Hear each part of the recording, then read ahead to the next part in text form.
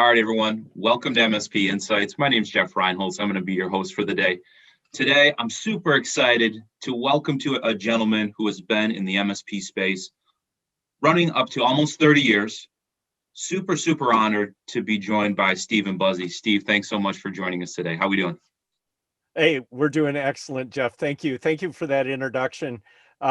Just to clarify something a little bit real quick, I personally haven't been in the space for 30 years. I've been managing engineers and technicians for 40 some years. Wow. But Advance Global, the coaches add up to 30 plus years of experience working for MSPs.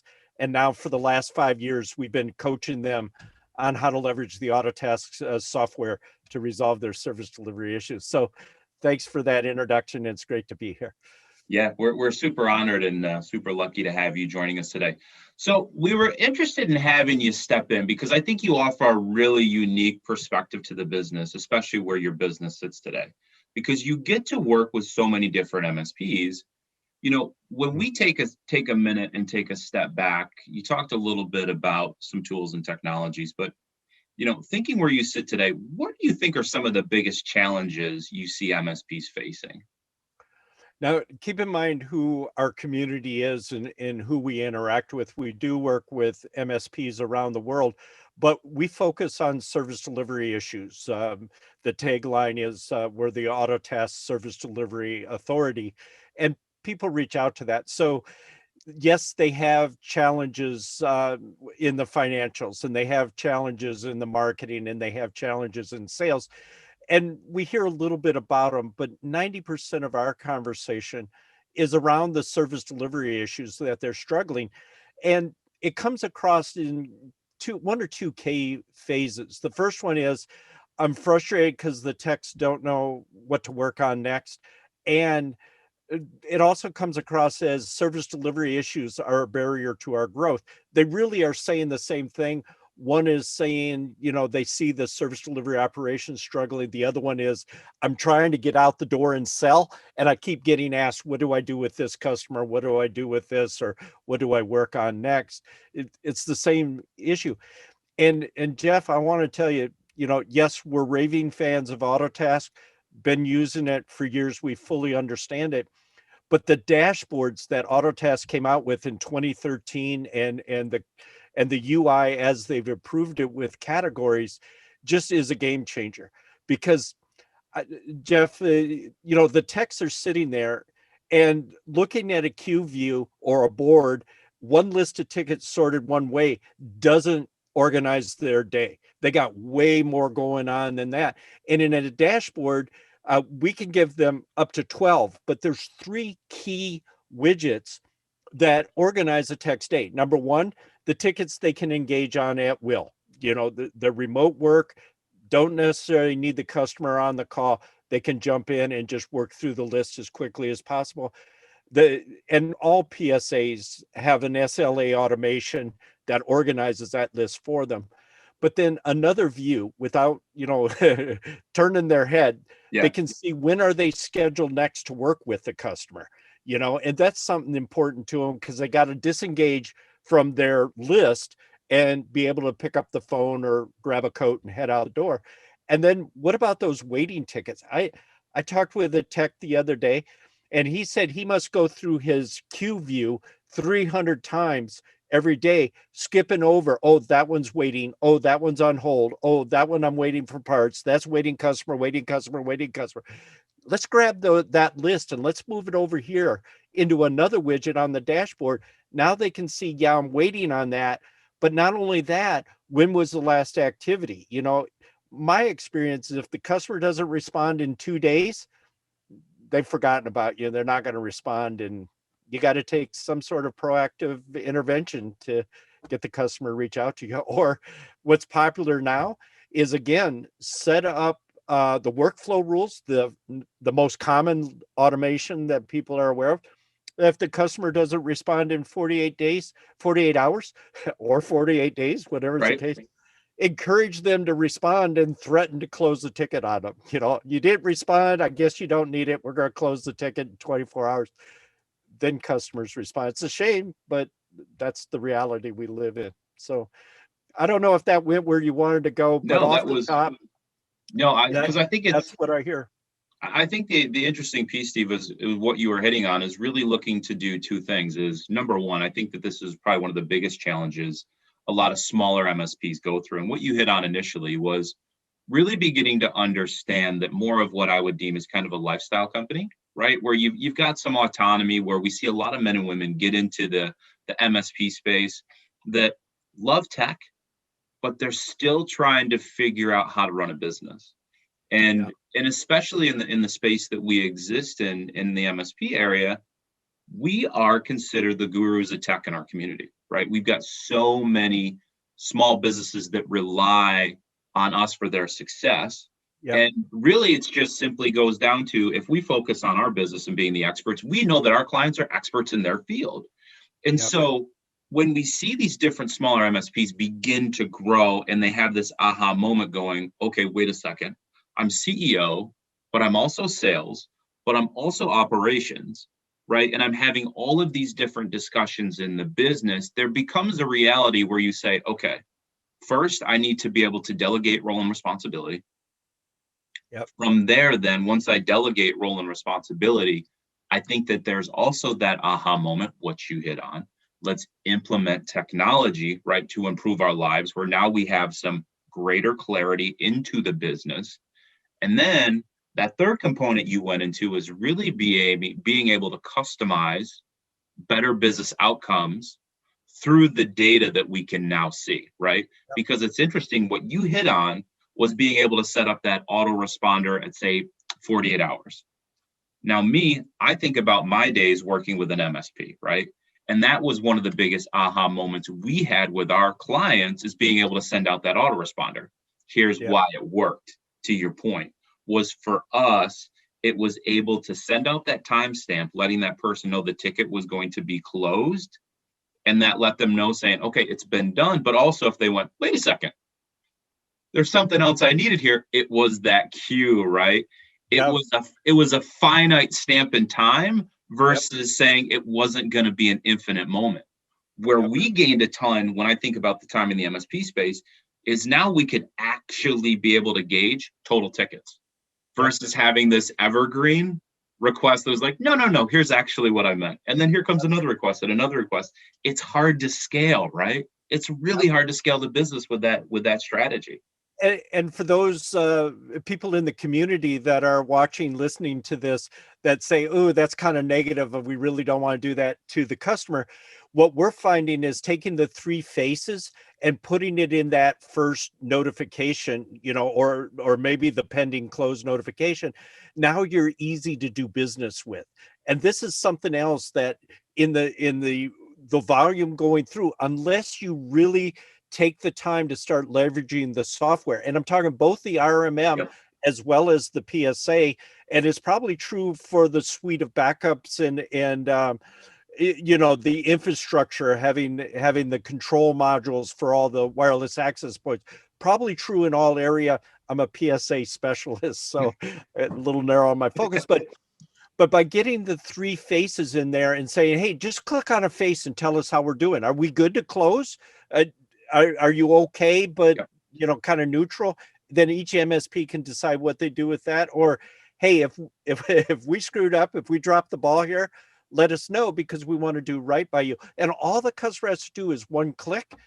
Oh my goodness, we're getting 60% response on that first email by putting the three smiley faces in there. Before, it was below 20%, and you had to go to the negative side to get them to be motivated. But there is a positive way, again, leveraging the software that's at our fingertips. There is a way to build a positive experience for the customer and get them to participate. And So, what I love about taking that direction too is, again, I'll go and play Once Upon a Time. But where we were able to prove the business impact on being able to send that auto respond note at, say, 48 hours is we integrated the customer effort score, right? Where yes. we simply would ask that client, you know what? How easily was it for you to get your question answered? Right. And what we loved about it is we integrated an alert with our service delivery management team and also with the tech who was working on that actual specific ticket, that if it was below the expectation, they got an alert, and so did service delivery. Yeah. So for us, it was a great aha moment too when we thought about the importance of the client experience, for them to have that dialogue and to share an alert. And we didn't believe in a penalized methodology in the organization. That's why we alerted the tech, for them Right. to go, hey, bud, here's something for you to go, I didn't quite get it right. Reach back out to them and continue the dialogue, right? If I missed the boat, I want to make sure I've got the relationship going. Hey, Steve, looked like I came up a little bit short. Where did we miss each other? And how can I make sure that I go from a 3 to a 5, right? And improve your overall experience and make you happy.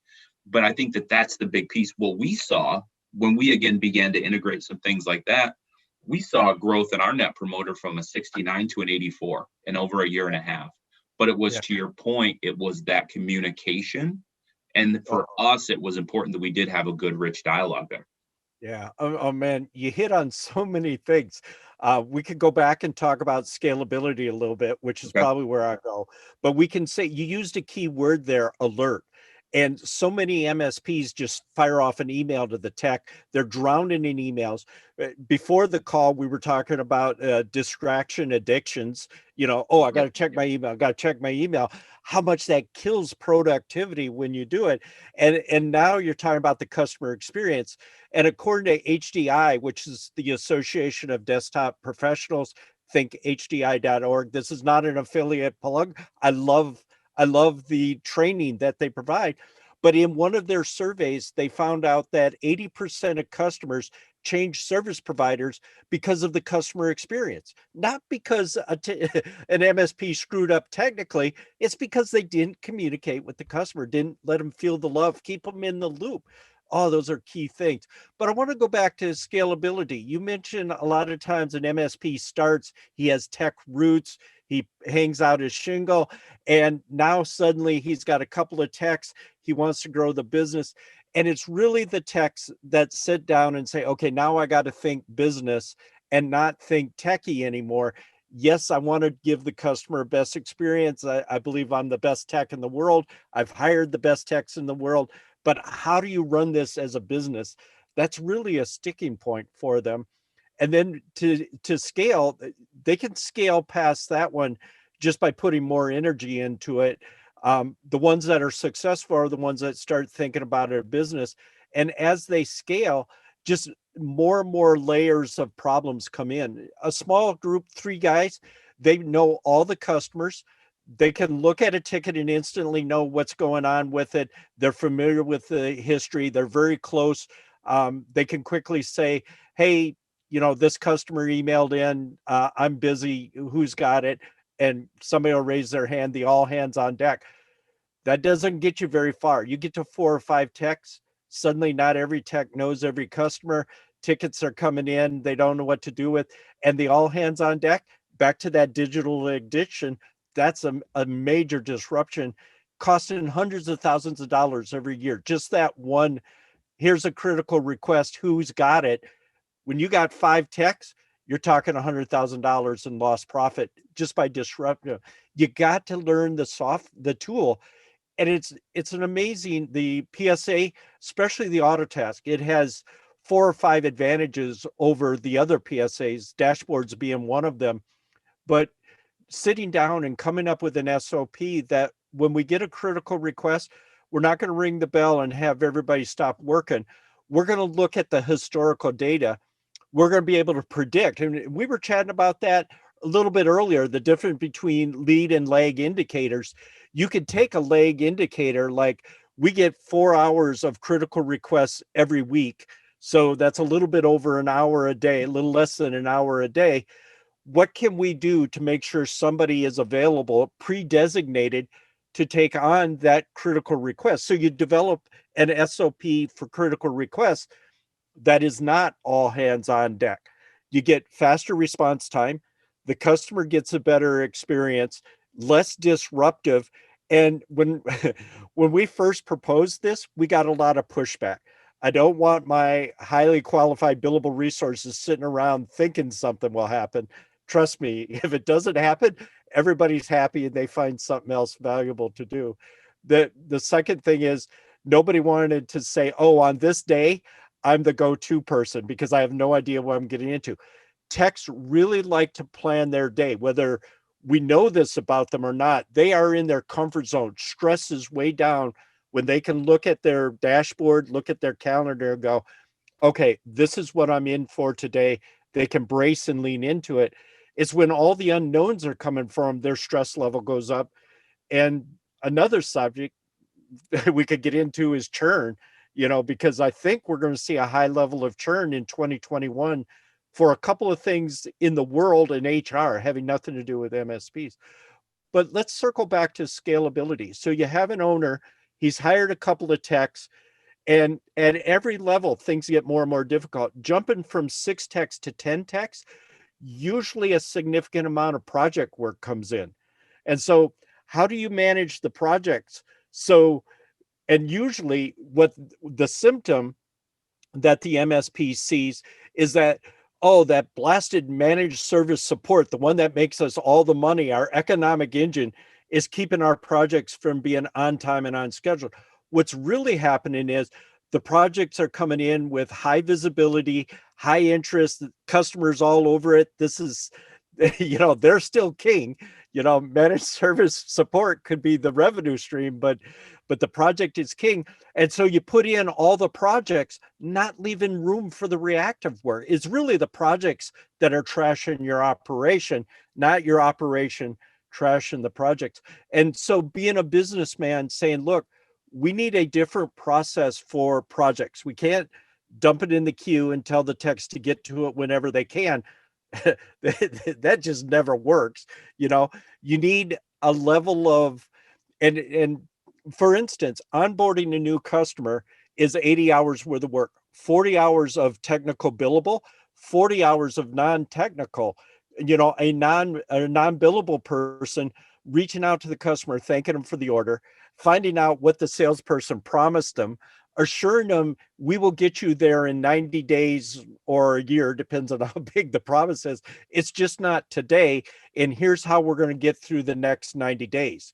Because this is a new customer. Your team isn't set up to give this guy the TLC that you gave to your customer you've been with for 20 years. You need a non-billable person in there carrying them through that first 90-day process.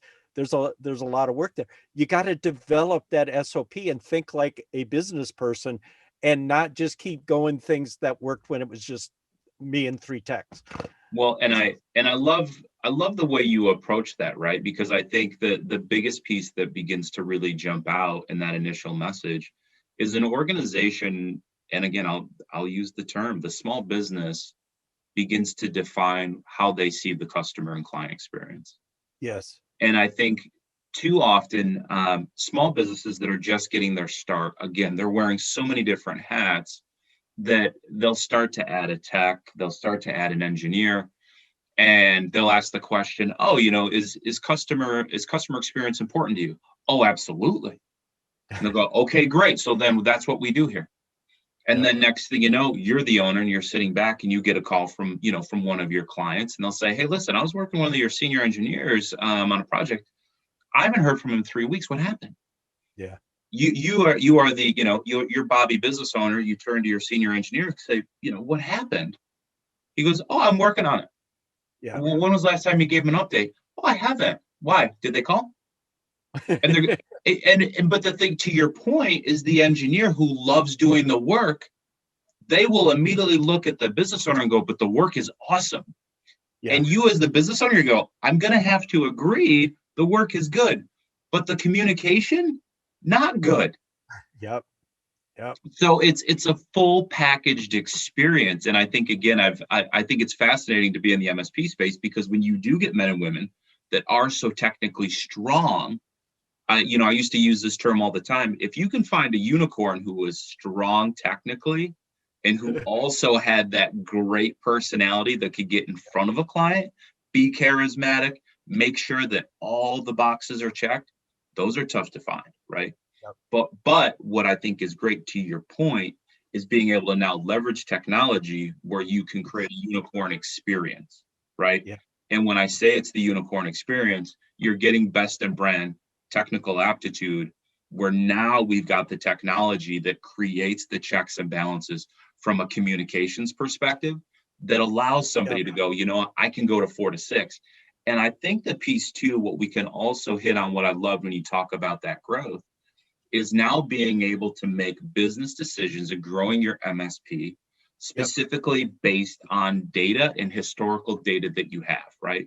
Because I Yep. think the thing people, you know, especially when you think about being in the tech side of the business and how we can leverage tech, I often looked when my time was in the MSP, as I said, you know, let's take a look at things that we're doing. Are our clients happy? Are they having great experiences? Have we built a strong relationship with the client, right? But overall in the MSP is, are we profitable, right? Yeah. And are we working with our ideal clients, right? Our clients coming to us that gave us the opportunity to do the work that ultimately our techs and engineers love to do. So Right. they found like they had great rewarding work that we could then upskill and train them on, right? Because that's what they Right. want to do It is. ultimately, right? They want to Yes. grow their careers. So I think it's really fascinating that you went in that direction and talked about how now they're able to do more of the work and then grow the projects out of that standard monthly service delivery model, what existed in there. Right, right, and, there's so much in there again, you know, your last one about retention of employees. Give them a great work environment, give them a career path, and let them be proud of their work. They're gonna stay with you way longer than just throwing money at them. However, if you wanna throw money at somebody to see if they'll stay with you, I'll volunteer to be part of that test, okay? Just so we're there. I want to come back to KPIs in a moment, but I also want to talk about another level of scalability because we've been talking about growing the service delivery team, but you also have the problem where the owner that started the business has a passion for it, loves that customer service, gets to the point where he has to hire his full first salesperson. Now, the they one thing that owners do to hold themselves back is they almost enable the techs. Everything they know about the customer is in their head. They're not using a good documentation system. And so the techs have to come to them to find out all this little information. Now they've hired a salesperson. That salesperson doesn't know this, or suddenly the company needs to figure out what's in two heads, not one head. There's more developing as a business. There's more of now the service delivery processes are one thing, but we need another sales and documentation and the transfer before the two. I tell this story often, but within a couple years after I was working for an MSP, a customer called in, complained about our response time. We didn't get to something soon enough. And I sat down with the account manager and I said, here's our SLAs. Of course, all I knew was Autotask. I was a service delivery guy. I hadn't never looked at a piece of paper, let alone an MSA, let alone an agreement. You know, I go, here's our SLAs. It wasn't 2 minutes. I mean, suddenly on my desk came an agreement. He goes, no, this is what the customer signed.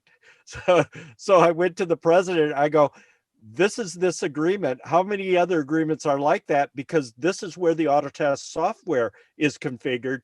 And he says, no, this is our agreement. Go change the software. Well, it wasn't quite that easy. You would think, well, here's an agreement, change a couple configurations, life is good.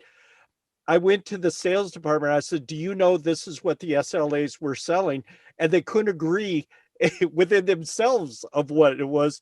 They were changing the agreement. The boilerplate was being changed on a customer by customer basis. So getting the sales side of the house to agree what was our boilerplate in agreement, and then reconfiguring the SLA, and then reconfiguring the software so the text followed the SLA rather than the squeaky wheel or grabbing a ticket from a list.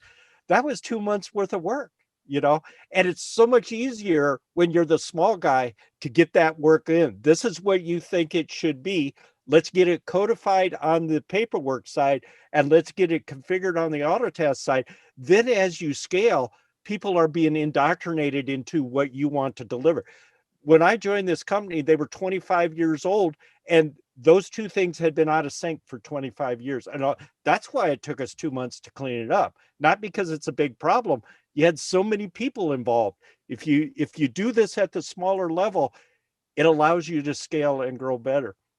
Well, and But I want to cover. I was come just going back. to say, and I think what's nice to hear what you just hit on is being able to adopt to an early implementation methodology, right? Yes. And into that strategy, sometimes I would hear the question where someone will be like, Jeff, I don't know as if I have the time. And my response is, I don't know as if you can afford not to have the time. Yep. So it's interesting to see what your approach was and how long it took for you to actually impact change. I'd even say it'd be interesting to see, even moving forward, how long it took to actually implement, train, and really get people to believe here's what our deemed best practice is in the organization. Right. Going back to what we talked a little bit a while ago, going saying, you know what, if we were to consider ourselves company A, here's what we do as company A in service delivery, and here's why. Yep.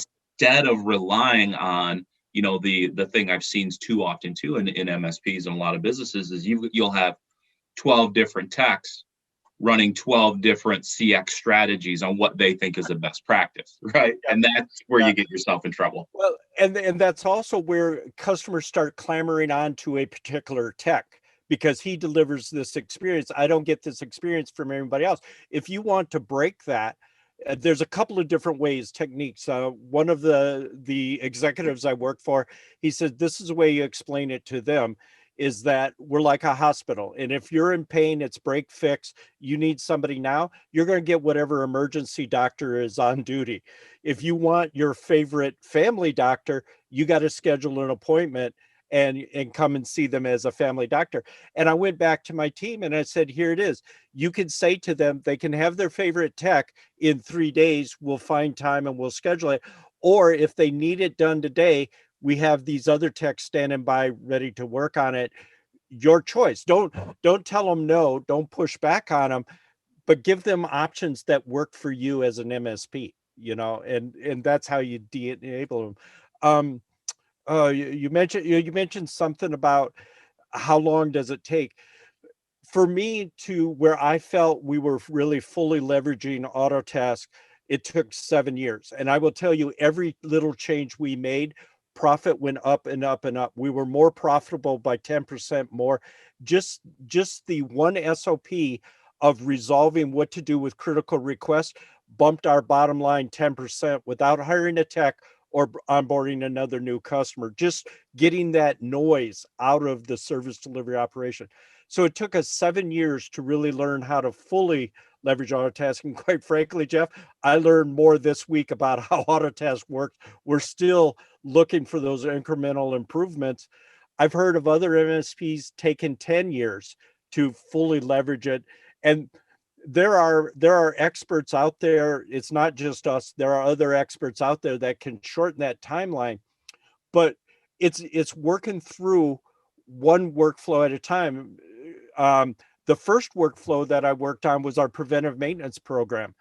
The way we were running our preventive maintenance program is when we onboarded a customer, we would say, and when do you want our monthly visits? Because if they were under a managed service agreement, we wanted eyes on the network every month, making sure there wasn't problems in there we could head off in advance and do it in a proactive way rather than waiting for the phone to ring. Oh my goodness, we could drop our managed service support. It's a concept that's, pretty prevalent out there, and we support it. But what was happening was we were asking the customer, when do you want us to come? And 5 customers would say, the third Tuesday in the afternoon. Now you had 5 people scheduled at one day. 40% of our recurring visits were disrupted just because we just did whatever the customer wanted to do. And remember, we just scheduled projects too. So it was like everything got moved for projects, everything got moved and that. So we settled that. We came up with a workflow for the preventive maintenance, a process of scheduling it where we knew it would stick, and we got it down to 7-8%, and only for holidays or because the tech called in sick. Anything else, that recurring visit was premier. Because and the reason we had to go this way is because account managers are saying, why do I need this preventive maintenance? You schedule it all over the place. It must not be important. Why am I paying for it? And it's like, this is a premier product. This is like protecting ourselves, part of our liability mitigation plan. You know, so we need these things to stick. So that was the first workflow I worked on. Second one was the critical requests. The third one was projects. We had grown to where we had 13 active projects at any one moment. I love the PSA tool. Evan Welch, a past Datto employee, showed me where you can get a portfolio view out of Autotask for projects, but it's not quite rich enough. But we came up with a portfolio where we saw every tech and every week out, every tech and what project they were primarily working on, or maybe two projects they were working on. With that view, then we could start doing some resource planning. And like I said, the preventive maintenance went in first, the projects went in second, and then we leveraged the data. We had a KPI, a service delivery forecast, that told us how much reactive work we had to reserve space for every day. So when the phone call came in, piece of cake, somebody was always available, but we did it in a proactive manner, not just saying, I hope only 6 people call today because that's all we have room for, you know. Awesome. And from there we mapped up, I mean, in 2015, at least in Maine, the state of Maine, MSPs were pretty soft. Business was soft. The economy, I don't remember how the economy was, but so our president of the company said, this is what we're going to do. We're going to do a network assessment for every one of our existing customers. We're going to scare up enough project work to get through the soft summer of 2015. Well, it worked so well that after that, we kept 2 people available for a day each every week for the business developers to give away a network assessment. We converted, and many MSPs do this. This isn't rocket science, but it's a 30% conversion rate. And we 10x whatever it cost us to do the assessment. When we got a new customer, we 10x'd over the cost of the program. And we continually grew 20% new customers, just giving away business assessments. Referrals work way better than this, but this was the technique we used. But that was a whole different workflow. How do you map where they go in? How do you pre-position? Because if you're doing 2 network assessments every week and you have a 30% conversion rate, I'd have to work the math a little bit, but we had pre-positioned 2 new customer onboardings every month. It may have been 4, but I don't remember what the math was. But we then laid in, this is their onboarding project. And when it closed, then we would put a customer's name on it, but we would pre-schedule that. A whole different workflow of what you're doing with this program had to be thought out from a business point of view in order for service delivery to be able to deliver and meet that customer experience that we were striving for. You know, I absolutely love it. You know, to me, what really jumps out is, again, being able to step into the business, leverage technology, have an amazing business impact for clients. And going back to what we hit on a couple of minutes ago is really improving the lives of the employees that are working in the MSP. Yep. You know, so for me, I see really kind of a closed loop circle that drives a great experience for really everyone involved, right? Like at the end of the day, I want everyone to be able to wake up, be happy, find reward in what they're doing, and making sure the MSP also can make sure that their client can look back, feel confident, and deliver great service in their business too. You know, so this is always the fun part about looking at everything that can happen within the application. And our passion is for the techs. You know, myself, I carried the tools for 30 years. Did quasi management, but I still picked up the tools. I know I was a road warrior for 6 years. I know what these techs go through. Our passion is there. And what's amazing is, especially with the Autotask PSA, the Autotask live reports, which to my knowledge, no other PSA has the live reports, we can get to the KPIs that a service manager needs to know which of his techs is outperforming and deserves a reward, which techs are underperforming, and what are those coaching conversations. Because now it's not the service manager saying, hey, I think you're underperforming. He can go to him and say, hey, the data says that you're not doing as well as the other guys here. Tell me what's happening. How can I help you? And he puts his arm around him and he's now mentoring and coaching him. It's not the headbutting of you're underperforming, get your act together or get out of here. Those conversations are gone. It's the coach, the service manager, and the technician against the data. So Awesome. What an amazing session, Steve. Just like that, our time has come for the day. Steve Buzye, thanks so much for joining us today on MSP Insights. I want to ask one quick. Pleasure, and thank you for Dado for creating such an awesome product. We didn't even touch on the RMM, another awesome product. More to come. I've got to have you back again. That's what I was looking for. That's what I was fishing for. There's another conversation we need to have. Absolutely. You got to come back, Steve. We just got started. Thanks so much for joining us on MSP Insights. Thanks so much, everyone, for joining us. We hope to see you soon. Thanks, everybody.